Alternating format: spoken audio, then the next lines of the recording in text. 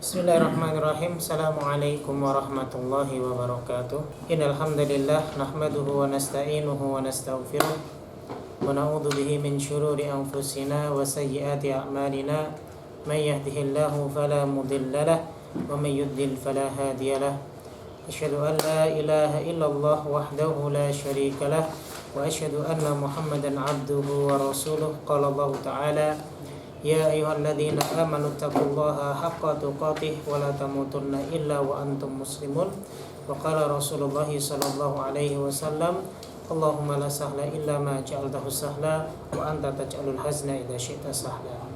Ikhwani rahimakumullah, alhamdulillah di pagi hari ini kita masih diberikan nikmat oleh Allah Subhanahu wa taala dengan dimudahkan untuk selalu istiqomah di atas jalannya. Tentunya wajib bagi kita untuk mensyukurinya dengan cara menggunakan nikmat tersebut untuk beribadah kepadanya. Salawat beriringan salam tak lupa kita junjungkan kepada Nabi kita Muhammad sallallahu alaihi wasallam beserta para sahabat beliau dan orang-orang yang istiqomah menjalankan sunnah beliau.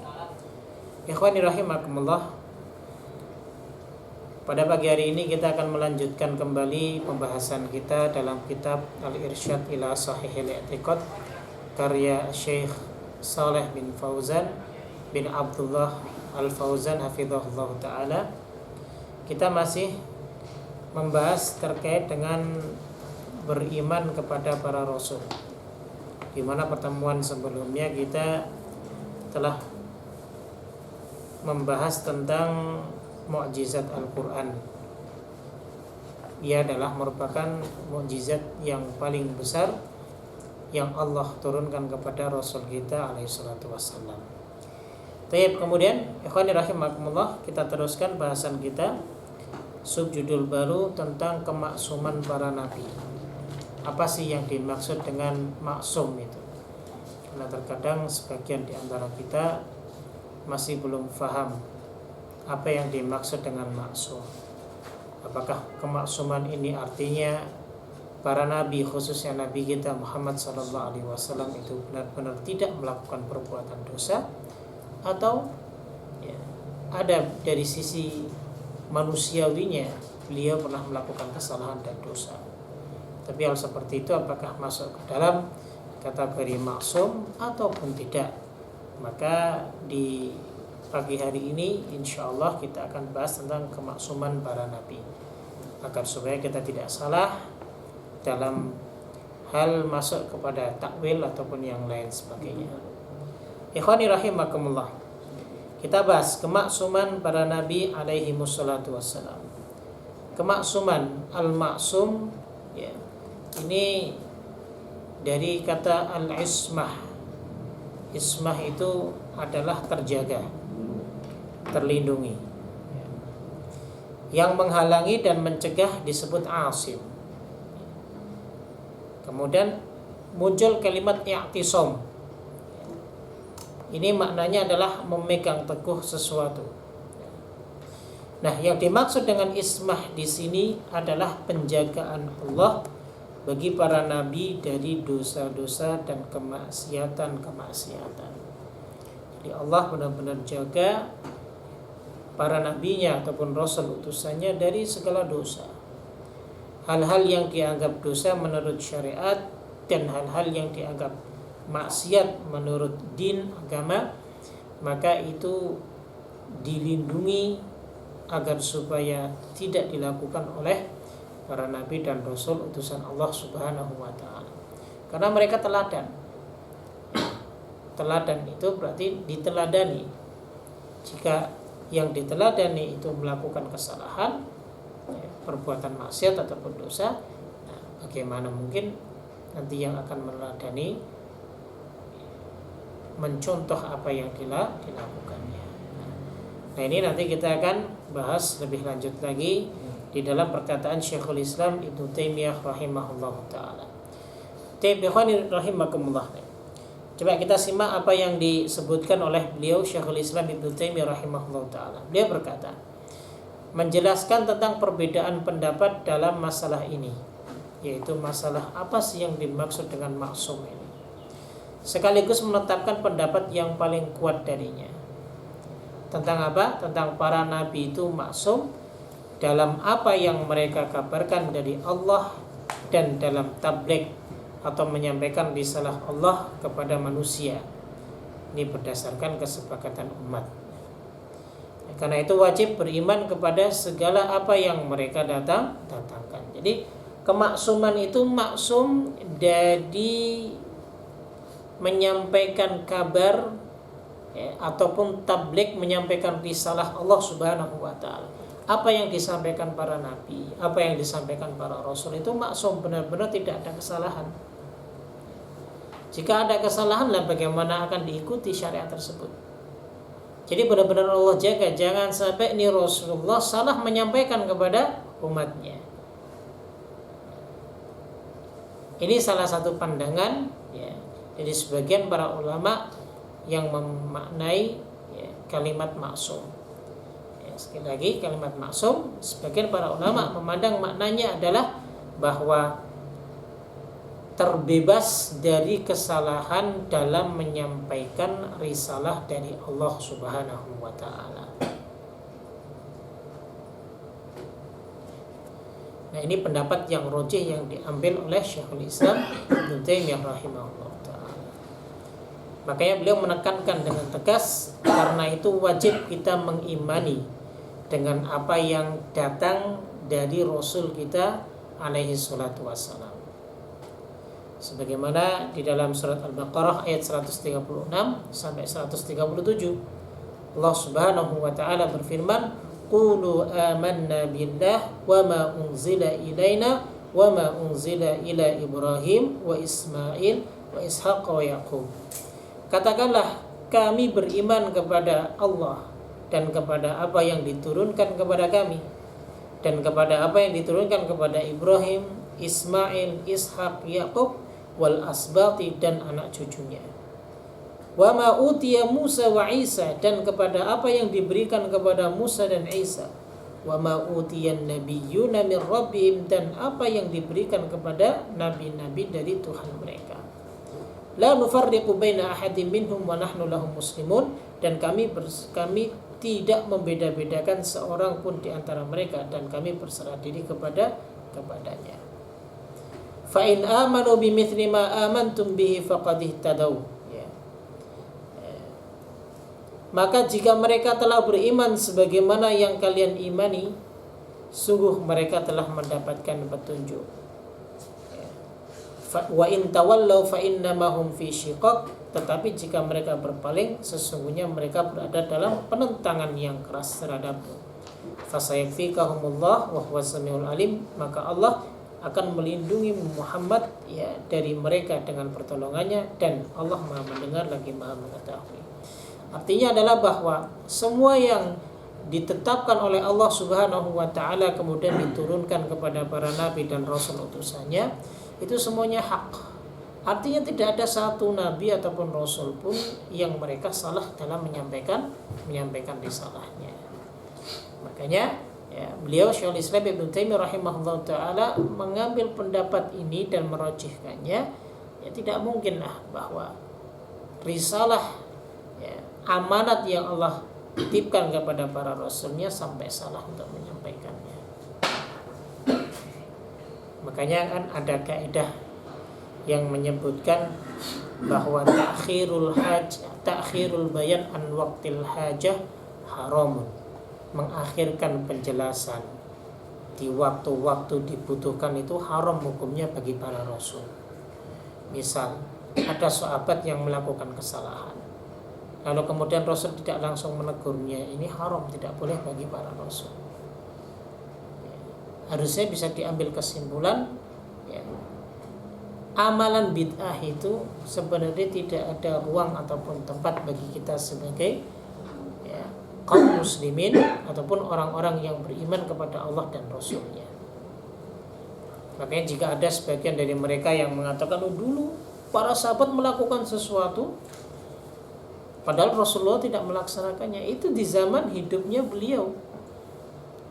Para sahabat bersanding dengan beliau alaihi salatu wassalam. Andai kan itu dilarang, maka beliau akan mengatakan itu terlarang. Tidak mungkin beliau diam. Ya. Artinya kalau kita ingin memahami hadis, harusnya mereka ini faham. Ya.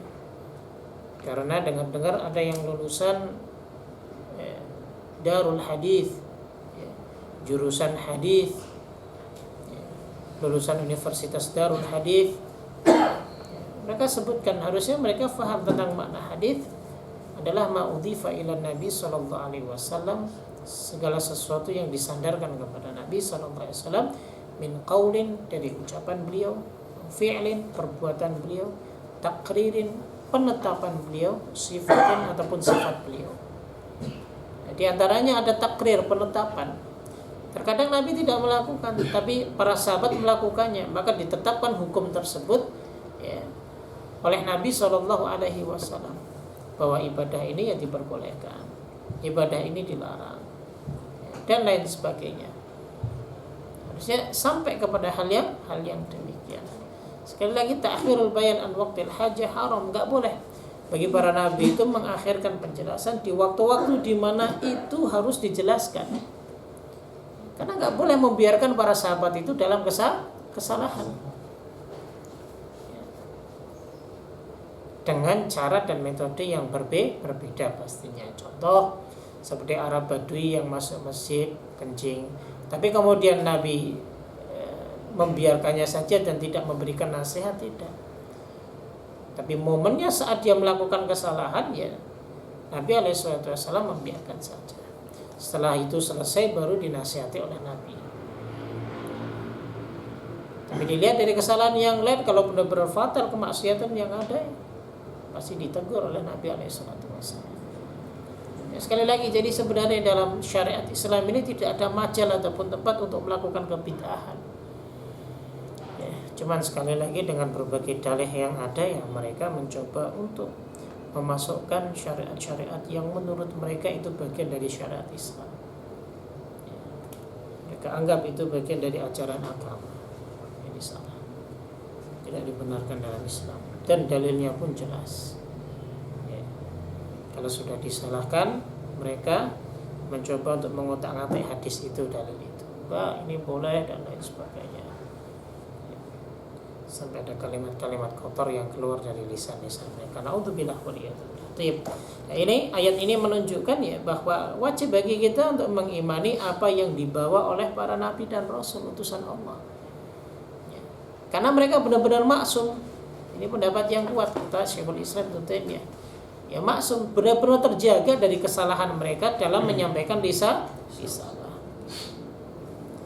Tayyib rahimakumullah. Kemudian dalam surat Al-Baqarah ayat 177 juga Allah Ta'ala berfirman, walakinnal birra man amana billahi wal yaumil akhir wal malaikati wal kitabi wan nabiyyin.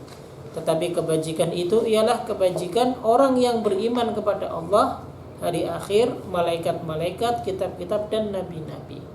Artinya mengimani para nabi, yang konsekuensinya mengimani setiap risalah yang dibawa oleh beliau itu benar-benar maksum dan hak dari Allah Subhanahu wa taala. Kemudian juga disebutkan dalam surat Al-Baqarah ayat 285. Allah Subhanahu wa taala berfirman, "Amanar rasulu bima unzila ilaihi mir rabbih wal mu'minun." Ya. Rasul kita alaihi salatu wasallam beriman dengan apapun yang diturunkan dari Rabb-nya, dan orang-orang beriman pun beriman. Kullun amana billah, semua beriman kepada Allah, wa malaikatihi, dan kitab-kitab Allah, wa kutubihi, malaikat-malaikat Allah, wa kutubihi, dan kitab-kitab Allah, wa rusulihi, dan utusan-utusan Allah, la nufarriqu baina ahadin min rusulih, dan kami tidak membedakan satu dengan yang lainnya dari para rasul utusannya. Wa qalu sami'na wa ata'na, mereka mengucapkan kami taat dan kami mendengar. Ghufranaka rabbana wa ilaikal masir, dan mereka mengatakan ampunilah kami wahai Tuhan kami, dan kepadamu tempat kami kembali. Nah, ada kalimat dalam ayat-ayat ini yang barusan kami sampaikan, ada kalimat amana billahi, kemudian wan nabiyyin, para nabi. Artinya adalah bahwa saat kita mengimani para nabi dan rasul utusan Allah, berarti kita mengimani bahwa apa yang disampaikan hak, tidak ada kesalahan. Tapi ikhwan rahimakumullah. Makanya sini disebutkan kemaksuman yang dimiliki para nabi adalah sesuatu yang dengannya tujuan kenabian dan kerasulan itu terwujud. Karena seorang nabi adalah orang yang mengabarkan dari Allah, dan rasul adalah orang yang Allah utus. Ya, setiap rasul adalah nabi dan tidak semua nabi adalah rasul. Ya, makanya kemaksuman dalam apa yang mereka sampaikan dari Allah adalah sesuatu yang tsabit. Tidak ada kesalahan, tak bisa terbantahkan. Ya, maka kaum muslimin harus sepakat bahwa mereka para nabi tidak salah dalam masalah ini. Artinya tidak salah dalam menyampaikan risalah yang Allah amanahkan kepada mereka. Itu makna maksum yang paling rajih. Tip. Ikhwani rahimakumullah, masih dalam perkataan Syekhul Islam Ibnu Taimiyah rahimahullah taala. Beliau mengatakan juga tentang kemaksuman pada selain penyampaian risalah. Tentang kemaksuman kepada selain penyampaian risalah, nah disinilah manusia berbeda pendapat padanya. Apakah ia ditetapkan oleh syariat atau akal? Apakah para nabi ini terjaga dari dosa-dosa besar dan kecil atau dari sebagian darinya saja? Atau kemaksuman hanya berlaku pada pembiaran atasnya, dibiarkan saja, bukan pada melakukannya? Atau tidak wajib menetapkan kemaksuman kecuali dalam urusan tabligh saja. Artinya kalau dalam keseharian Nabi beliau tidak maksum, nggak terjaga. Ya mungkin bermaksiat, mungkin melakukan perbuatan dosa. Tapi kalau dalam penyampaian risalah, ya beliau benar-benar kita tetapkan memiliki sifat kemaksuman. Imam beliau melakukan kesalahan dan melakukan perbuatan dosa, itu berarti individunya secara individunya berarti dia bukan dari sisi itu disebut maksum. Hanya disebut maksum itu dari sisi penyampaian risalah. Apakah seperti itu? Ya. Atau apakah kemaksuman ini dari kekafiran? Nabi nggak pernah kufur, dan dosa-dosa sebelum pengangkatan itu wajib ataupun tidak. Perbuatan dosa sebelum diangkat menjadi nabi dan rasul. Kalau sudah menjadi nabi dan rasul, dia nggak pernah melakukan dosa, melakukan kemaksiatan. Ataukah seperti itu? Ya atau tidak? Nah, ini nanti kita akan bahas. Ini dijelaskan oleh beliau Syekhul Islam Ibnu Taimiyah rahimahullah taala. Tapi ikhwani rahimakumullah. Beliau mengatakan bahwa pendapat yang dipegang oleh jumhur mayoritas para ulama dan sejalan dengan athar-athar yang diriwayatkan dari salafus saleh adalah menetapkan kemaksuman dari pembiaran di atas dosa-dosa secara mutlak, dan membantah pihak yang berpendapat bahwa para nabi mungkin dibiarkan di atas dosa-dosa. Ya. Ini ya pendapat dari kebanyakan salafus saleh. Ya. Maknanya adalah apa? Maknanya adalah bahwa Allah itu benar-benar menjaga para rasulnya agar supaya tidak terjerumus dan masuk ke dalam dosa secara mutlak. Ini sekaligus membantah juga mereka yang punya pendapat bahwa para nabi itu dibiarkan atas dosanya. Dibantah dengan kalimat ini. Dan bila hujah-hujah dari pihak yang menetapkan kemaksuman dikaji, maka ia hanya menunjukkan pendapat ini saja. Sementara hujah-hujah ataupun alasan pihak yang menafikan tidak menunjukkan terjadinya dosa yang para nabi dibiarkan di atasnya. Jadi kita teruskan. Hujah pihak yang menetapkan kemaksuman adalah bahwa meneladani mereka para nabi dan rasul adalah sesuatu yang disyariatkan, dan hal itu tidak boleh kecuali dengan dimungkinkannya perbuatan-perbuatan sebagai dosa-dosa. Ya. Dan sudah dimaklumi bahwa meneladani mereka hanya disyariatkan dalam apa yang mereka dibiarkan atasnya, bukan dalam apa yang mereka dilarang darinya dan mereka meninggalkannya. Jadi kalau kita pendapat ini menyebutkan kalau kita ingin meneladani para nabi dan rasul, misal khususnya nabi kita alaihi wasallam, Maka yang wajib kita teladan itu hanya yang disyariatkan ya, dalam apa yang mereka dibiarkan atasnya. Ya, kalau Nabi dan Rasul dibiarkan berarti kan itu benar, ya kan? Jadi perbuatan yang dilakukan oleh para Nabi dan Rasul ya itu berarti benar. Karena terkadang tidak semua syariat itu Allah Subhanahu wa taala langsung turunkan, kecuali beberapa larangan-larangan Allah Subhanahu wa taala langsung tegur. Ada beberapa syariat yang Allah Subhanahu wa taala sendiri tidak langsung menyampaikannya. Tapi memang wa may yantiqu 'anil hawa in huwa illa wahyun yuha. Tidaklah apa yang disampaikan oleh Nabi alaihi salatu wasallam kita ini dari hawa nafsunya. Tapi in huwa illa wahyun yuha. Yang disampaikan wahyu yang dituntun oleh Allah Subhanahu wa taala. Tapi yang bersifat misalnya hal-hal yang dilarang dari mereka ya, maka itu tidak diikuti. Nah, sebagaimana mereka wajib ditaati dalam perintah dan larangan mereka yang tidak mansukh. Adapun untuk perintah dan larangan yang mansukh, ada perintah dan larangan yang dihapus syariatnya. Maka tidak boleh menjadikannya sesuatu yang diperintahkan atau dilarang, apalagi menetapkan kewajiban mengikuti dan menaatinya. Ya kalau sudah mansukh mah memang kita nggak perlu ikuti. Ya. Karena ada beberapa syariat-syariat yang mansukh itu terhapuskan. Ya. Makanya dalam menetapkan sebuah hukum itu mempelajari sejarah itu sebenarnya lebih penting. Kenapa? Kita bisa tahu ya, mana yang syariat-syariat yang mansukh terhapus dan mana syariat yang masih ditetapkan. Karena ada sebagian di antara kita ini hanya mengambil ataupun beristidlal mengambil dalil dari syariat-syariat yang sebenarnya itu mansukh.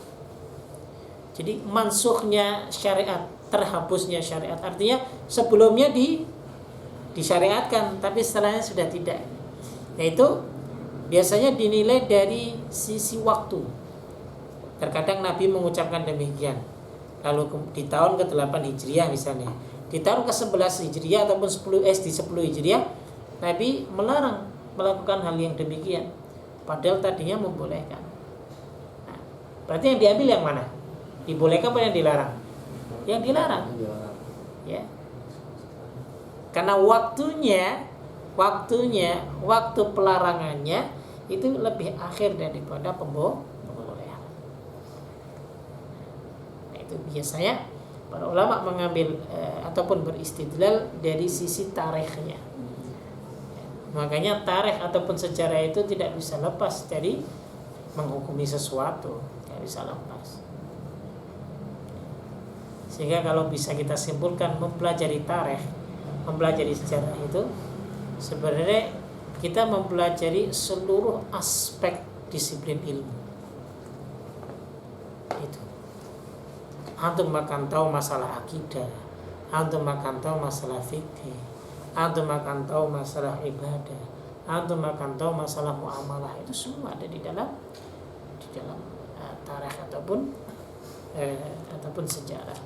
Tapi terkadang mungkin yang menjelaskan sejarah ataupun yang mendengarkan hanya ingin mengambil dari sisi ibrahnya. Ibrah itu pelajarannya saja. Tapi biasanya bisa diambil dari berbagai sisi.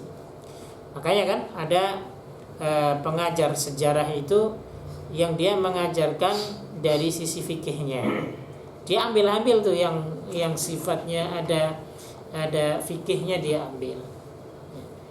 Dari sisi lain ada ahli sejarah yang mengajarkan, yang menggambarkan dari sisi akidahnya. Makanya ditampilkan adalah terkait tentang masalah akidah dan yang lain sebagainya, biasanya seperti itu. Nah, itu ya khadi rahimakumullah. Kemudian beliau menjelaskan lagi. Demikian juga apa yang mereka jadikan hujah ataupun alasan bahwa dosa-dosa menafikan kesempurnaan atau dosa-dosa yang dilakukan oleh pihak yang nikmat besar padanya adalah lebih buruk, atau dosa-dosa membuat manusia menjauh dari mereka, atau hujah-hujah akal lainnya. Artinya apa? Ya kalau Nabi ataupun Rasul melakukan dosa berarti kan menafikan kesempurnaan. Sedangkan kita tahu bahwa manusia yang paling sempurna itu siapa? Rasul kita alaihi salatu wassalam. Ya. Ataupun mungkin umat terdahulu saat mereka diutus seorang rasul, mungkin mereka diutus yang diutus kepada mereka adalah misalnya Nabi Musa, mereka akan mengatakan ya yang paling sempurna itu adalah Nabi Musa alaihi salatu wassalam. Nah, kalau disebutkan sempurna artinya ya tidak pernah melakukan dosa. Karena perbuatan dosa itu akan mengurangi sifat kesempurnaan. Nah, itu. Maka mereka tidak mau menetapkan seperti itu. Nah, ini hanya berlaku bila pelakunya tetap di atas hal itu dan tidak meninggalkannya. Karena apabila tidak, maka taubat yang nasuha yang Allah terima mengangkat pelaku dosa lebih tinggi dari sebelumnya. Ya. Sebagaimana sebagian salaf berkata, Daud sudah bertaubat lebih baik daripada sebelumnya. Artinya begini, kalau kita menetapkan sesuatu dari sifat kesempurnaan, ya, manusia misalnya si fulan ini sempurna, nggak pernah melakukan dosa. Dengan kita menetapkan si fulan pernah berdosa tapi bertobat kepada Allah, mungkin pandangan kita yang lebih baik yang mana?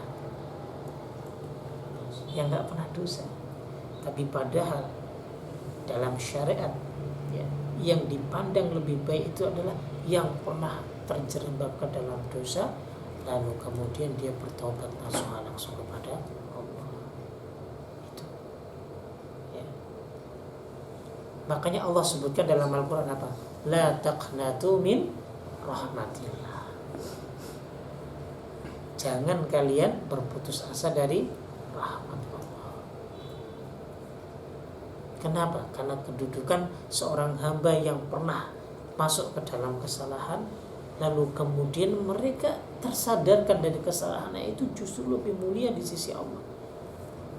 Makanya kan dalam sebuah hadis kan disebutkan yang diriwayatkan oleh Imam Bukhari dan Muslim, Nabi SAW pernah bersabda, lillahi asyaddu farhan, ataupun di dalam lafaz lain, lillahi afrahu bi taubati abdihi min rajulin nazala manzila. Allah itu lebih bahagia dengan taubatnya seorang hamba daripada seorang laki-laki yang disinggah di suatu tempat, dia kehilangan hewan tunggangan beserta barang bawaannya. Setelah dia berputus asa, bayangkan, kita contohkan kehidupan kita sekarang saat pandemi. Dulu mah uang 2.000, uang goceng 5.000 mah di mata kita biasa-biasa saja. Tapi saat kita kok di rumah, di tempat tinggal kita, di tempat tidur kita melihat uang 1.000, itu nikmatnya luar biasa. Lumayan 1.000 bisa disimpan ya. Tapi kalau dulu jangankan 1.000, 5.000 saja terkadang kita sudah gak mau noleh. Senang tidak dapat 1.000? Senangnya luar biasa. Kalau masa pandemi seperti ini lumayan, bisa nambah-nambah buat beli telur setengah kilo. Dulu gak bisa. Bahagianya berbeda. Bahagianya orang saat dalam keadaan kesusahan ya, meskipun dia mendapatkan sedikit itu lebih bahagia daripada dia dalam keadaan senang meskipun dia dapat banyak. Dia duitnya udah banyak, misalnya udah ratusan juta, kemudian omsetnya misalnya dia berusaha setiap bulan itu dia bisa mendapatkan 20 juta, biasa aja. Ya kan? Biasa. Atau dapat 100 juta ya biasa aja. Nah, berbeda dengan orang yang memang benar-benar gak punya uang. Gak makan pada hari itu. Lalu kemudian kok ada orang yang nawari, ayo makan di warteg. Hati kita cuma dikasih kecambah saja sama tempe goreng, itu senangnya luar biasa. Senangnya luar biasa. Nah, sama dengan keadaan orang nih yang awalnya dia senang banget melakukan safar perjalanan, punya bekal banyak.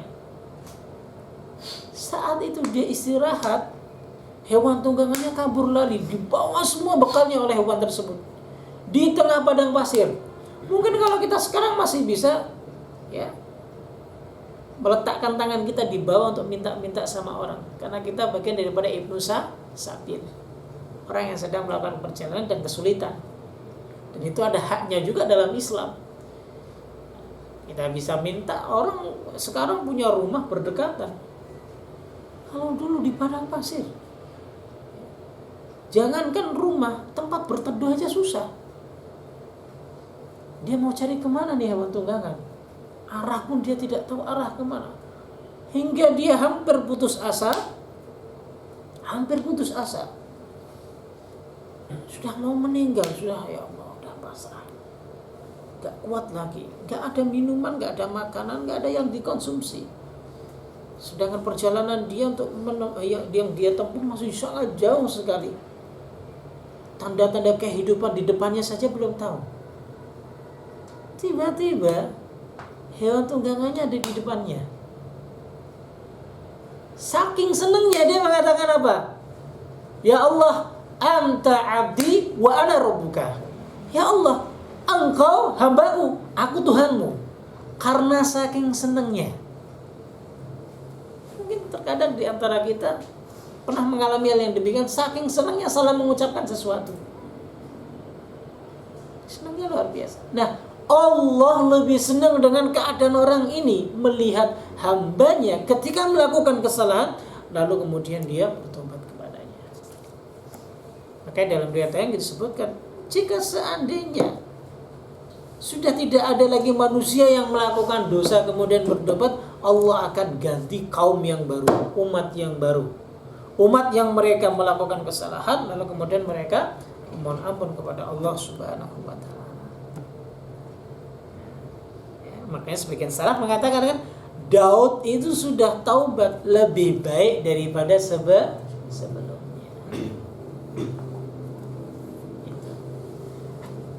Nah ini akhwani rahimakumullah.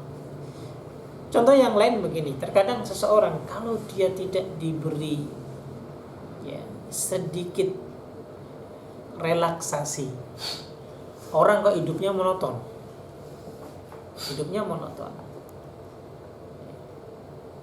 Kaya terus, nggak pernah dia diberi sedikit jatuh berada di bawah, itu tidak pernah. Biasanya orang seperti ini itu nggak bisa mensyukuri atas pemberian yang Allah berikan ataupun titipkan kepadanya. Tapi kalau sekali-kali dia diletakkan di tempat yang paling bawah, maka dia akan berpikir, oh iya ya Allah ya, harusnya dulu saat saya berada di atas, saya bisa manfaatkan harta itu untuk di jalan Allah. Saat-saat sempit seperti ini, ya, jangankan sedekah, ya, jangankan memasukkan uang ke dalam kotak infak masjid. Anak yang nangis, yang butuh makan saja kita tidak mampu untuk membelikannya. Nah, dari situ kita akan apa? Menjadi hamba yang lebih baik lagi kan pastinya. Nanti ketika diberi rezeki, udah angan-angan kita sudah banyak nih, saya akan sedekah, saya akan memperbanyak membantu orang lain. Nah, akhirnya dia akan menjadi orang yang lebih tenang dan qanaah. Itu saat dia berada di bawah. Seperti saat seseorang terjatuh dalam perbuatan dosa, lalu kemudian dia ingat bahwa itu perbuatan melanggar syariat Allah. Kemudian dia mencoba untuk menjadi lebih baik lagi dari yang sebelumnya. Nah itu. Ya. Kemudian dikatakan lagi. Nah, ada yang berkata dari mereka, seandainya taubat itu bukan sesuatu yang paling Allah cintai, niscaya Allah tidak menguji hambanya yang paling mulia di sisinya. Taubat itu bukan sesuatu yang Allah paling cintai, yang Allah gak akan mungkin menguji para hamba-hamba yang Allah cintai, atau Allah menguji para rasulnya yang Allah cintai. Enggak. Ya. Karena sifat ujian itu bermacam-macam, ikhwan. Dan ujian terberat itu adalah ujian dosa. Dosa itu ternyata ujian. Allah uji. Wala ya'lamanna 'allaha alladziina shadaqu wala ya'lamanna kadhibin. Jangan Jadi lisan kita ini tidak cukup menjadi bukti persaksian kita atas keimanan kita kepada Allah, tapi butuh dengan ujian dan cobaan, dihadapkan dengan perkara-perkara yang haram di saat-saat kita berada dalam keadaan yang benar-benar membutuhkan. Apakah kita akan melangkah ke tempat itu ataupun tidak? Itu yang akan menggerakkan kita adalah iman. Kalau iman kita kuat, ya, maka kita pasti tidak akan masuk ke dalam perkara tersebut.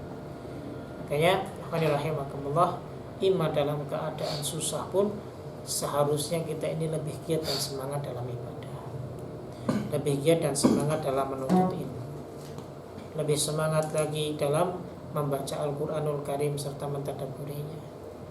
Ya, bukan kemudian kita gunakan waktu kita justru bermaksiat kepada Allah.